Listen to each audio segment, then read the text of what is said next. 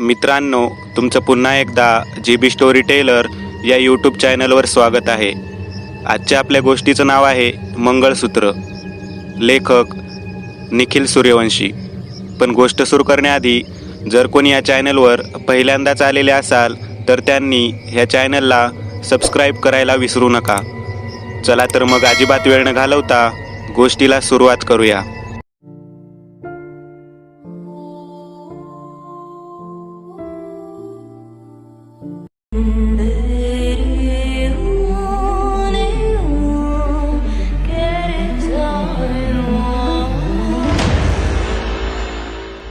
नेहा आणि सचिन यांचे नुकतेच लग्न झालेले, परंतु आर्थिक परिस्थिती बेताचीच असल्याने सचिनने नेहाला बाहेर कुठे फिरायला नेले नव्हते.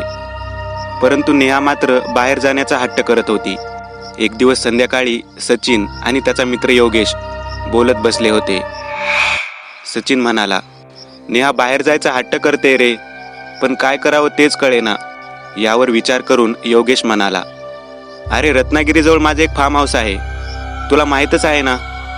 असेही आम्ही तिथे जात नाही जास्त. त्याच्या केअरटेकरला नुसता फुकट पगार देतोय. तुला जर जमत असेल तर तू जा तिकडे नेहासोबत.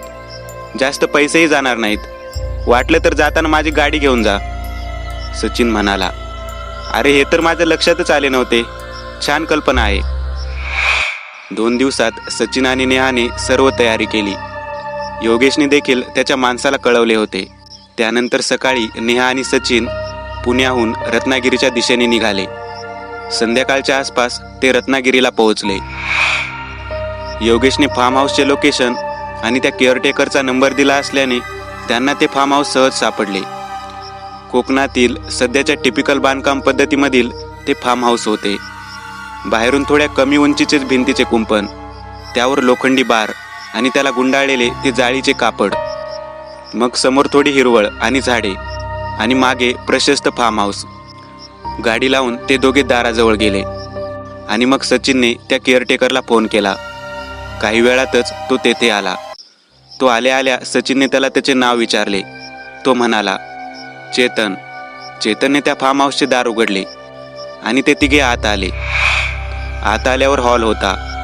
त्याच्या उजव्या हाताला एक बेडरूम आणि त्याच्या शेजारी बाथरूम. हॉलमधूनच पुढे डाव्या हाताला एक जिना होता. तो टेरेसवर जात होता. हॉलच्या शेवटच्या समोरील भिंतीवर एक खिडकी होती आणि तिथेच उजव्या कोपऱ्यात किचनचा दरवाजा.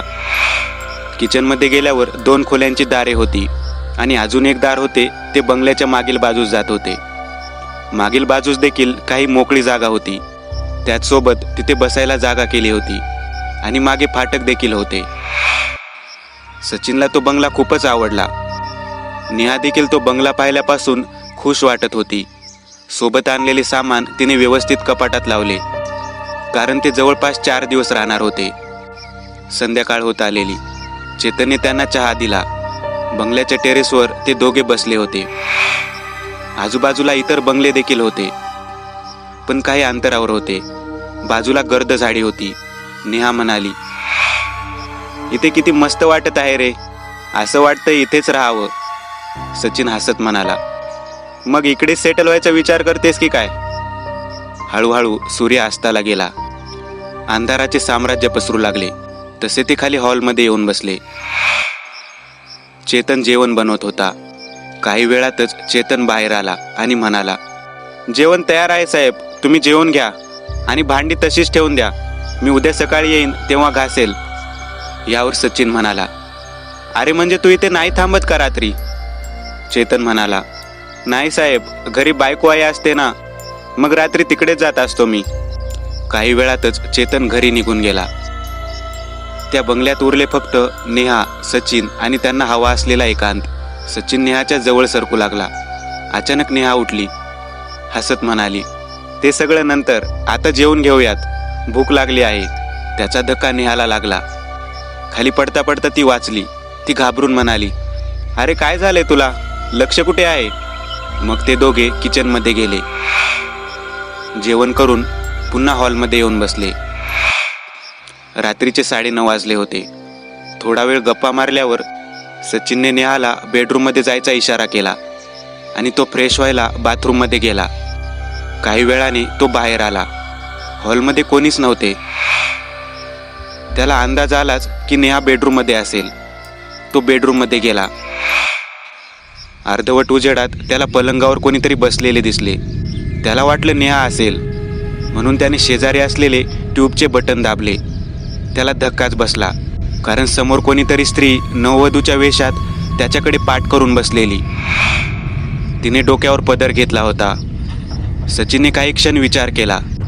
त्याला वाटले हा नेहाचा खट्याळपणा असेल, म्हणून तो हळूच पलंगावर गेला आणि तो पदर खाली ओढला. तसा तो पदरच पलंगावर पडला. तिथे कोणीच नव्हते. त्याला धक्काच बसला. तो घाबरत मागे सरकत दरवाजात आला. तसं सचिन म्हणाला, अगं ते पलंगावर. आत पाहत नेहा म्हणाली, काय काय आहे पलंगावर? मला तर काहीच दिसत नाहीये. तसं आश्चर्याने सचिनने आत पाहिले. त्याला देखील आत काहीच दिसले नाही. तो म्हणाला, अगं कोणीतरी होतं आत. नेहा म्हणाली, बस कर, खूप झाली नाटके, चल आत आता. सचिनला वाटले त्याला नक्कीच भास झालाय. मग दोघेही बेडरूममध्ये आले. काही वेळातच त्यांचा प्रणय बहरू लागला. पण बेडरूममधील कपाटावर खाली पाय सोडून बसलेल्या त्या स्त्रीकडे दोघांचेही लक्ष नव्हते. पण ती मात्र उग्र नजरेने त्यांच्याकडे पाहत होती. थोड्या वेळानंतर ते दोघे झोपी गेले. रात्रीचा 1 वाजून गेला होता. कसल्या तरी आवाजाने नेहाला जाग आली. थोडी झोप गेल्यावर तिला जाणवले, समोरील लाकडी कपाटाचा दरवाजा आपटत होता. तिला वाटले दार नीट लागले नसेल, म्हणून आवाज येत असेल. म्हणून ती उठली आणि तिने तो दरवाजा नीट बंद केला आणि पुन्हा येऊन झोपली. काही वेळाने पुन्हा तिला त्याच आवाजाने जाग आली. तिला आश्चर्य वाटले, कारण काही वेळापूर्वीच तिने तो दरवाजा बंद केलेला. तरी पण दरवाजा खराब असेल असा विचार करून ती पुन्हा उठली आणि तो बंद करायला गेली. तिने दरवाजाला हात लावला.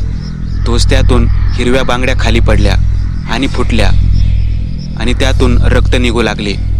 ते पाहून ती घाबरली आणि सचिनला उठवायला गेली. सचिन अर्धवट झोपेत उठला आणि म्हणाला, काय झालं, असं का उठवते? यावर नेहा म्हणाली, अरे ते बघ ना, तिथे रक्त आहे. सचिन पलंगावरून उठून तिथे आला, पण तिथे काही नव्हतेच. तो म्हणाला, कुठे आहे रक्त नेहा? तिथे रक्त नव्हतेच. नेहा देखील गडबडली आणि म्हणाली, अरे होते तिथे आणि बांगड्या पण होत्या. सचिन म्हणाला, अगं अर्धवट झोपेत तुला काहीतरी भास झाला असेल, चल झोपूयात आपण आता.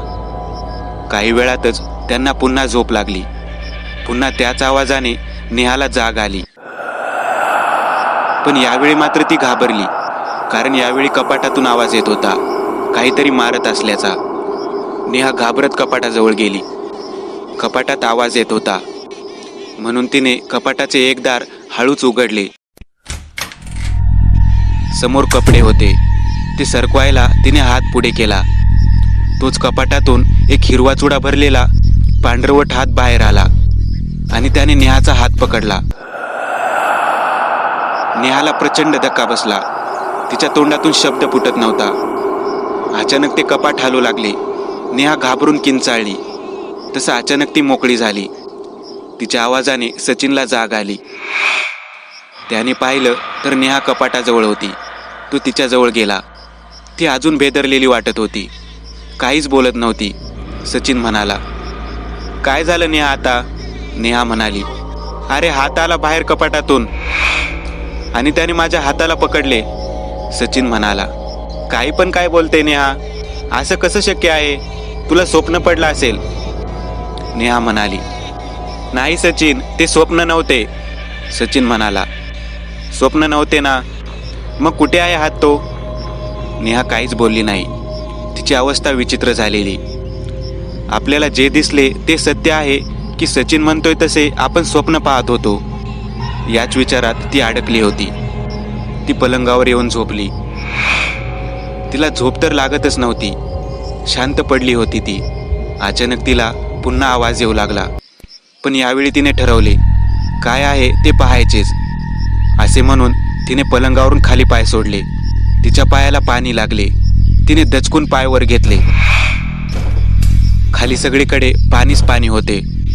हळूहळू त्या पाण्याचा रंग बदलू लागला. ते रक्तासारखे लाल होऊ लागले. तिने घाबरून डोळे मिटून घेतले. त्या पाण्यातून कोणीतरी चालत आहे असा तिला भास होऊ लागला. तिने डोळे उघडले. खाली पाहिले तर तिथे तसे काहीच नव्हते. तिला वेड लागायची वेळ आली होती. काय खरे आणि काय खोटे यामध्येच तिची गल्लत होत होती. अचानक समोरील कपाट पुन्हा हलू लागले. तिने सचिनला उठवले नाही, कारण तिला माहीत होते त्याला उठवले तरी तोपर्यंत ते कपाट हालायचे थांबेल. त्यामुळे ती स्वतः उठली आणि कपाटाजवळ गेली. ती कपाटाच्या दाराला हात लावणार तोच कपाटाचे दार आपोआप उघडले. समोरील दृश्य पाहून तिची बोबडीच वळली. कपाटाच्या एका बाजूला असलेल्या भागात एक पुरुष उभा होता. त्याने नवरदेवाचे कपडे घातले होते, पण त्याचा चेहरा पांढरा पडलेला, डोळे काळे होते, त्याचे हातपाय सुकलेले. तो रागाने नेहाकडे पाहत होता आणि अचानक त्याने नेहाला कपाटात ओढले आणि कपाटाचे दार बंद झाले. सकाळी सचिनला जाग आली. शेजारी नेहा नव्हतीच.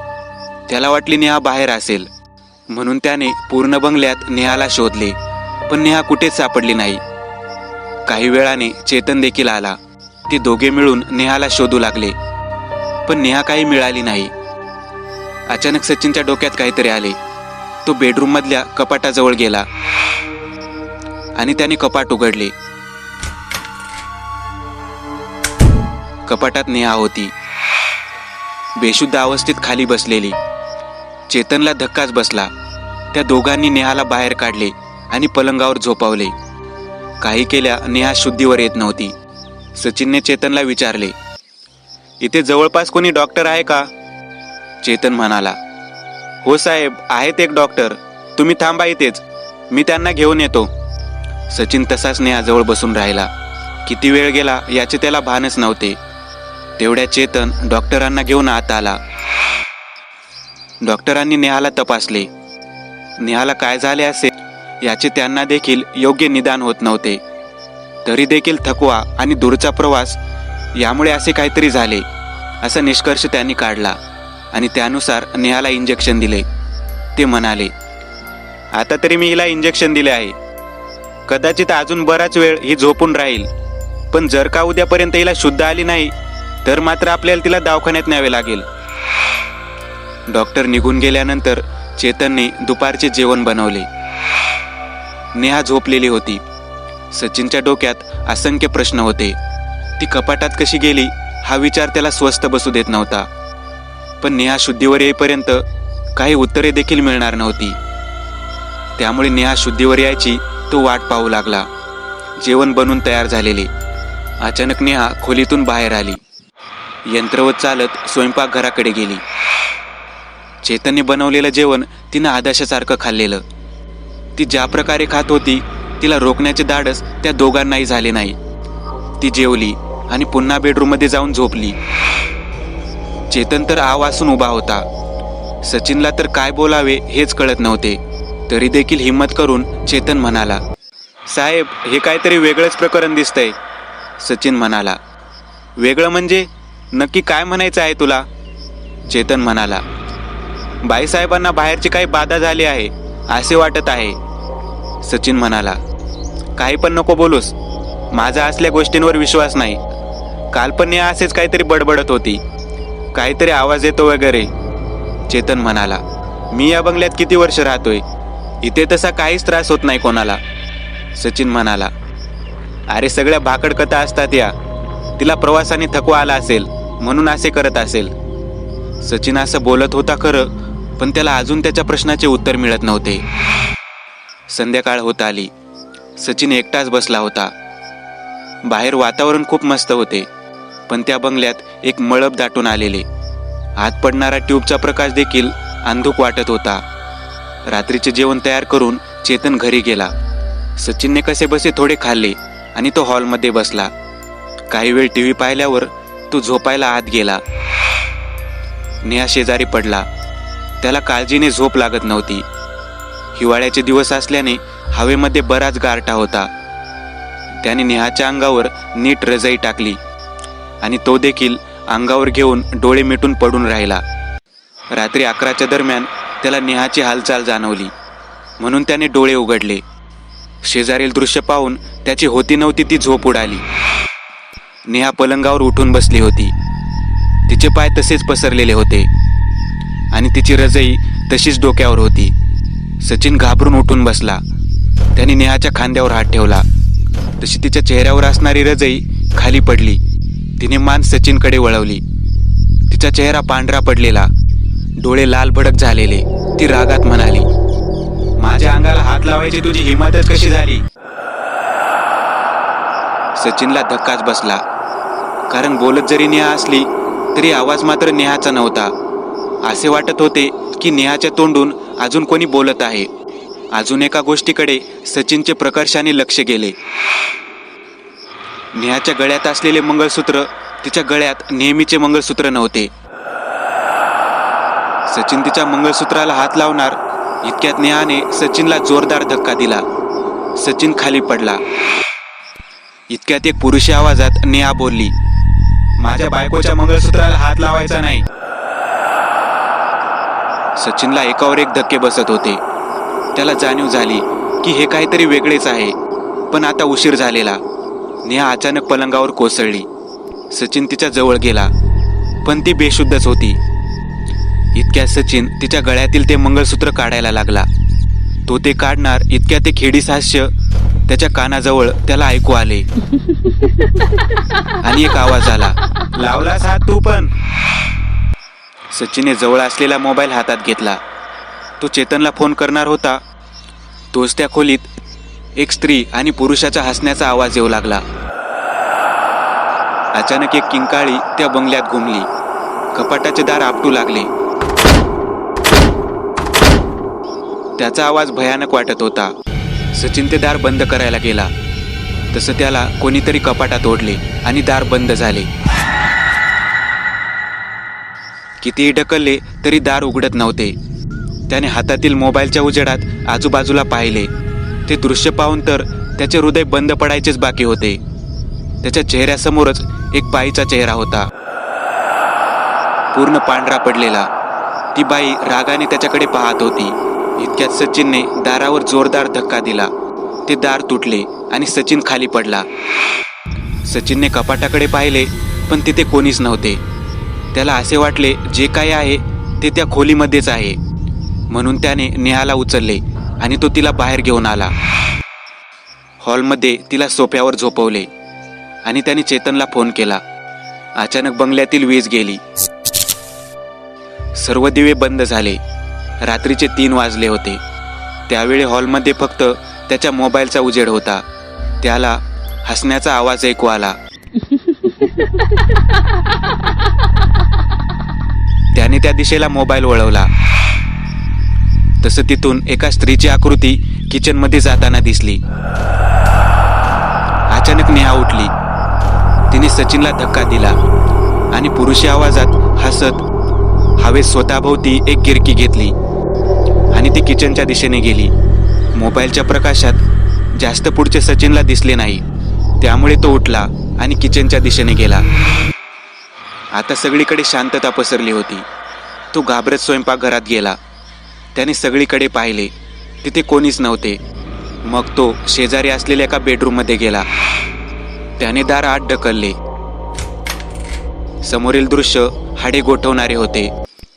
समोर भिंतीच्या वर एका कोपऱ्यामध्ये नेहा होती, भिंतीला चिकटलेली, आणि दुसऱ्या कोपऱ्यामध्ये ती बाई जी सचिनने कपाटात पाहिलेली. दोघेही हिडीस हास्य करत सचिनकडे पाहत होत्या. सचिनने घाबरून त्या खोलीचे दार बंद केले आणि तो बाहेर येऊन बसला. पुढील गोष्टी झेलायची त्याची हिंमतच उरली नव्हती. तितक्यात चेतन आला. सचिनने घडलेली सर्व हकीकत त्याला थोडक्यात सांगितली. मग त्याने त्याच्या आईला घरी फोन केला. त्याच्या आईला देखील धक्का बसला, पण त्या म्हणाल्या, उद्याच्या उद्या तुम्ही इकडे या, आपण बघू काय करायचे ते. कशीबशी ती रात्र पार पडली. सकाळी सूर्य उगवताच चेतन आणि सचिन आत गेले. त्या बेडरूमचा दरवाजा उघडला. आत नेहा अस्ताव्यस्त पडली होती. त्या दोघांनी तिला धरून गाडीत बसवले. सचिनने सर्व सामान आणून गाडीत ठेवले आणि तो थेट पुण्याच्या दिशेने निघाला. मागच्या सीटवर नेहा झोपलेली. तो वेगाने गाडी चालवत होता. दुपारी तो पुण्यात घरी पोहोचला. त्याने नेहाला तसेच उचलून घरात आणले. त्याचवेळी घरात त्याच्या आई व्यतिरिक्त अजून एक व्यक्ती होती. त्याची आई म्हणाली, मागच्या वेळी एका मैत्रिणीच्या मुलाच्या म्हणजे ऋषीच्या लग्नाला गेलेले, तेव्हा तिथे यांच्याशी ओळख झाली. यांचे नाव एकदंत. हे आपल्याला नक्की मदत करतील. रात्री तू फोन करून सांगितले तेव्हाच मला समजले हे जे काही आहे ते सामान्य माणसाच्या आवाक्यातले नाही. त्यामुळे मी सकाळीच एकदंत यांच्या घरी गेले आणि त्यांना दुपारी ते यायची विनंती केली. नेहा तिथेच सोप्यावर झोपलेली. एकदंत तिच्या जवळ गेले. त्यांनी तिच्या कपाळाला हात लावला आणि मग सचिनला म्हणाले, तुमच्यासोबत जे काही घडले ते सविस्तर सांग मला. सचिनने घडलेला सर्व प्रकार नीट आठवून एकदंत यांना सांगितला. त्यावर थोडा वेळ विचार करून एकदंत म्हणाले, तू म्हणाला हे मंगळसूत्र नेहाचे नाही, मग हे आले कुठून? सचिन म्हणाला, आम्ही जेव्हा पुण्याहून निघालो तेव्हा रत्नागिरीच्या अलीकडे एका खाडीजवळ छोट्या पुलावर आमच्या गाडीचा टायर पंक्चर झाला. गाडीमध्ये एक टायर होता, तो मी बदलत होतो. तेव्हा नेहा आजूबाजूला फिरत होती.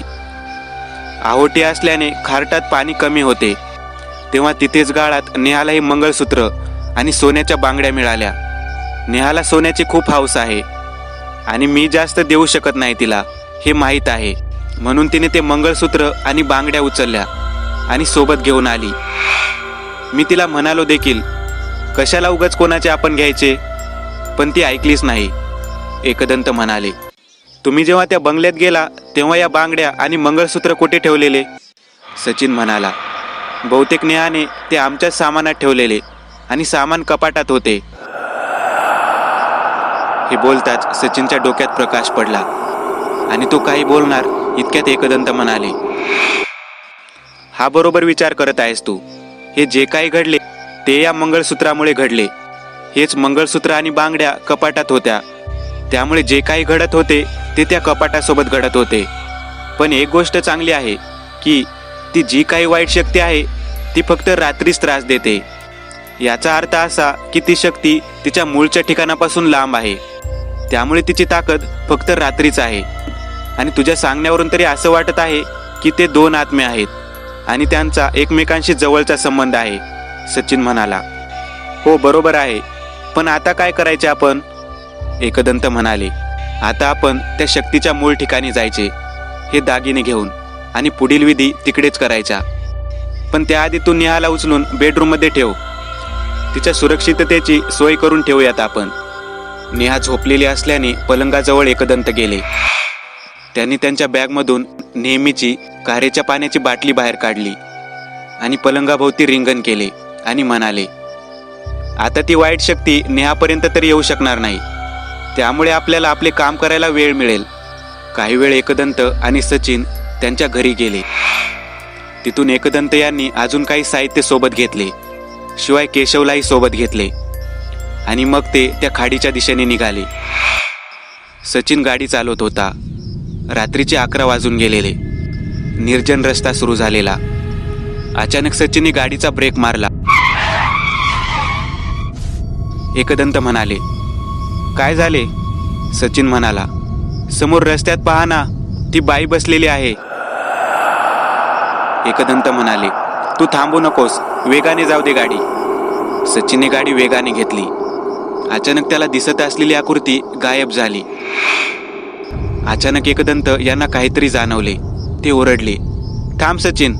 सचिनने जोरात ब्रेक लावला. तितक्यात समोर एक मोठे नारळाचे झाड पडले. जरा का गाडी चालू असती तर ते झाड गाडीवर पडले असते, पण आता रस्ता बंद झालेला. एकदंत म्हणाले, सचिन, बहुतेक तो पूल इथून जवळच असेल ना, कारण असं वाटते ते आत्म्यांचा प्रदेश सुरू झाला आहे, त्यामुळे ते आपल्यावर हल्ले करत आहेत. सचिन म्हणाला, हो, बहुतेक तो समोर दिसतोय तोच आहे तो पूल. ते सर्वजण गाडीमधून उतरले. एकदंत म्हणाले, कसलाही आवाज आला तरी थांबू नकोस, चालत राहा. केशव, आजूबाजूला लक्ष असू दे. ते पुढे चालत गेले. पुलापासून काही अंतरावर सचिन थांबला आणि म्हणाला, इथून डाव्या हाताला सरळ खाली जायचं की खाडी आहे समोर लगेच. एकदंत म्हणाले, होय चल पुढे. आणि त्यांनी हातात करेचे पाणी घेतले, डोळे मिटून काहीतरी स्मरण केले आणि पाठमोऱ्या सचिनवर शिंपडले. तसं सचिन दचकला आणि म्हणाला, इकडे कुठे चाललो आहोत आपण? आपल्याला समोर जायचे आहे ना? केशव म्हणाला. असे काय म्हणतोय तू सचिन? एकदंत म्हणाले. केशव, अरे आता तो सचिन नव्हता, आपल्याला चुकीच्या मार्गावर न्यायचा फास होता तो त्या आत्म्याचा. सचिनच्या शरीरावर ताबा मिळवला होता त्या आत्म्याने. ते तिघे चालत त्या पुलावर आले. एकदंत यांनी आजूबाजूला पाहिले आणि म्हणाले, केशव तिथे बघ, मगाशी आपल्याला तिथून खाली न्यायचा फास होता. समोर दलदल आहे. आपण जर का अनावधाने गेलो असतो तर त्या दलदलीमध्ये अडकलो असतो. खाडीकिनारी अशा कित्येक दलदलीमध्ये अनेकांनी जीव गमावला आहे. सचिन बोट दाखवत म्हणाला, तिथे समोर मिळाले होते ते मंगळसूत्र आम्हाला. एकदंत तिथे गेले. तिथल्या रेतीचा काही अंश घेऊन पुन्हा पुलावर आले. तिथे पुलाच्या कडेला त्यांनी कारेच्या पाण्याचे एक चौकोन केला. त्या चौकोनात केशव आणि सचिन देखील होते. मग आत तांदुळाने एकात असे 3 त्रिकोण केले. त्यातल्या एका त्रिकोणात त्यांनी ते मंगळसूत्र ठेवले, दुसऱ्या त्रिकोणात त्या बांगड्या ठेवल्या आणि तिसऱ्या त्रिकोणात ती रेती ठेवली आणि म्हणाले, आता काही वेळ मी ध्यान करणार आहे. तुम्हाला कसलाही आवाज आला किंवा काही दिसले तरी या चौकोनातून बाहेर जायचे नाही. एकदंत डोळे मिटून काहीतरी साधना करत होते. वस्तूंच्या सहाय्याने भूतकाळ पाहायची विद्या त्यांनी त्यांचे वडील महादेव यांच्याकडून शिकलेली. कदाचित आता देखील ते त्याच विद्येचा वापर करणार होते. इतक्यात सचिनचे लक्ष खाडीकडे गेले. तिथून काहीतरी सरपटत येत होते. जसजशी ती आकृती जवळ येऊ लागली तेव्हा तिचे रूप सचिनला स्पष्ट दिसले. ती नेहा होती.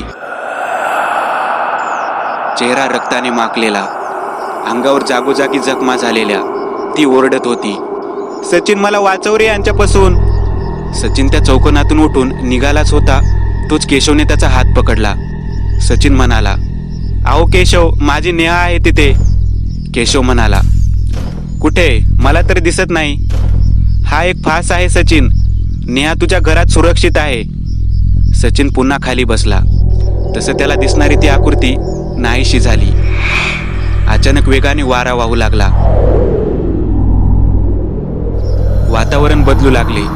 इतक्यात मागून एक किंकाळी त्यांना ऐकू आली. त्या दोघांनी मागे वळून पाहिले. एक स्त्री हवेत धावत त्यांच्या दिशेने येत होती. त्या आवाजाने कांठाळ्या बसत होत्या. तिचे रूप अत्यंत विभत्स्य होते. ती स्त्री त्यांच्या जवळ येऊन उभी राहिली. तिचे रूप ते दोघेही पाहू शकत होते. पाण्यात राहून कुजलेला देह जसा असतो तसे तिचे रूप होते.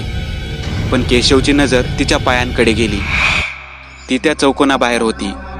पण तिचे रूप पाहूनच सचिनची हालत खराब झालेली. केशव म्हणाला, सचिन तू डोळे बंद कर आणि मग एकाग्र कर. आपण या चौकोनात पूर्ण सुरक्षित आहोत.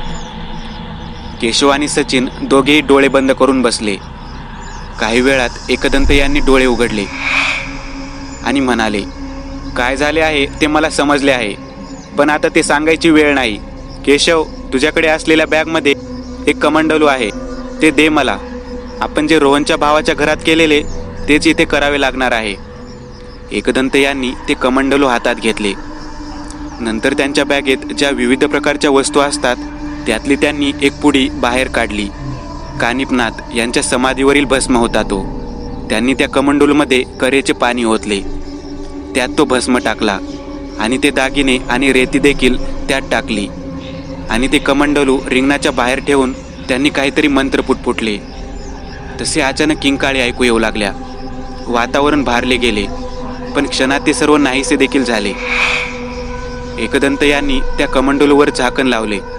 मग बॅगमधून एक फडके काढले. त्यावर तो भस्म लावला आणि त्या फडक्यात ते कमंडलू गुंडाळले आणि मग म्हणाले, हा आता आपण या चौकोनातून बाहेर पडू शकतो. सगळं काही ठीक झाले आहे. ते सर्व बाहेर आले. गाडीजवळ जाताना सचिन म्हणाला, आपण हे कमंडलू सोबत घेऊन जाणार आहोत का? एकदंत म्हणाले, हो, पण आता आपण यावर घरी गेल्यावर बोलू. आता चला घरी. ते सर्व पुण्याच्या दिशेने निघाले. सकाळी 7 वाजता एकदंत यांच्या घरी पोहोचले.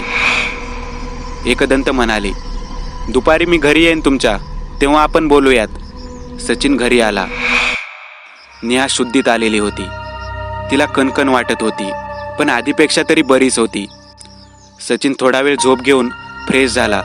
तो एकदंत यांच्या येण्याची वाट पाहत होता. काही वेळातच एकदंत आले. सर्वजण बसलेले. एकदंत म्हणाले, तर आधी मी थेट मुद्द्यालाच हात घालतो. काय झाले होते ते सांगतो. तर नेहा आणि सचिन, तुम्ही त्या दिवशी ते मंगळसूत्र उचलले. ते मंगळसूत्र कोणाचे होते माहीत आहे का? जवळपास 4 वर्षापूर्वी लग्नाच्या दिवशी लग्न झाल्यावर एक जोडपे आणि त्या मुलाचे आई बाबा एका कारमधून घरी चालले होते. त्यावेळी त्या पुलाला कठडे वगैरे नव्हते आणि पावसाळा होता. समुद्राला भरती आलेली, त्यामुळे खाडीला पाणी खूप होते. अशा वेळी ती कार त्या पुलावरून घसरली आणि त्या खाडीत पडली. प्रवाह आणि खोली खूप असल्याने त्यातील कोणीच वाचले नाही. पण झाले असे की दुसऱ्या दिवशी जेव्हा शोध मोहीम काढली तेव्हा तिथे फक्त त्या मुलाच्या आईवडिलांचे मृतदेह मिळाले. त्या नवीन लग्न झालेल्या जोडप्याचे देह मिळालेच नाहीत. खाडीमध्ये काही ठिकाणी दलदल असते. अशा कोणत्या तरी दलदलीमध्ये ते देह अडकले आणि तिथेच राहिले. त्याच दिवशी त्यांचे लग्न झालेले. कितीतरी स्वप्न डोळ्यात घेऊन ते निघालेले. त्यामुळे त्यांच्या आत्म्याला मुक्ती मिळणे शक्यच नाही. पण पाण्यामुळे म्हणा किंवा अजून कशाने त्या मुलीचे दागिने खाडीच्या कडेला आले. पण त्यात तिचा आत्मा त्या दागिन्याभोवतीच घुटमळत होता. खास करून त्या मंगळसूत्राभोवती त्या दोघांचाही आत्मा होता. कारण तेच एक बंधन होतं त्या दोघांमधले. आणि तेच मंगळसूत्र नेहा सोबत घेऊन आली. त्यामागे ते देखील आले आणि मग तुम्हाला त्रास झाला. ते आत्मे मूळ स्थानापासून लांब असल्याने फक्त रात्रीच त्रास देऊ शकत होते. त्यामुळे तुमचा जीव तरी वाचला. सचिन म्हणाला, पण मग तुम्ही त्या कमंडलू सोबत काय केले आणि ते कमंडलू परत का आणले? एकदंत म्हणाले, जसं मी मगाशी सांगितलं, त्या आत्म्यांसोबत खूप वाईट घडले आहे. त्यामुळे त्यांना मुक्त करण्याची क्षमता माझ्यात नाही. त्यामुळे यापुढे त्यांचा कोणाला त्रास होऊ नये म्हणून मी त्यांना त्या कमंडलूमध्ये बांधून ठेवले आहे आणि ते कमंडलू माझ्या त्या खोलीमध्ये राहील. सचिनने एकदंत यांचे आभार मानले. खूप मोठ्या संकटातून ते बाहेर पडले होते. पण सचिन म्हणाला, तुमची ती खोली म्हणजे काय? एकदंत हसून म्हणाले, आपण पुन्हा भेटू कधीतरी, तेव्हा सांगेल. आता ती वेळ नाही. मित्रांनो, आज पुरतं एवढंच. तुम्हाला जर काही गोष्ट आवडली असेल तर नक्की लाईक करा. तुमच्यापैकी बरेचसे जण व्हिडिओ लाईक न करताच पळून जातात. पण हा जर व्हिडिओ तुम्ही लाईक केला तर मला जरा बरं वाटेल आणि असेच भारी भारी व्हिडिओ बनवायची माझ्यात एनर्जी येईल. त्यामुळे नक्की लाईक करा. आणि अजूनही कोणी या चॅनलला सबस्क्राईब केलेलं नसाल तर लगेच सबस्क्राईब करून टाका. आणि बाजूची घंटी ती मात्र दाबायला विसरू नका. देवाची घंटी आहे ती. चला तर मग पुन्हा भेटूया अशीच एक आगळी वेगळी गोष्ट घेऊन पुढच्या भागात.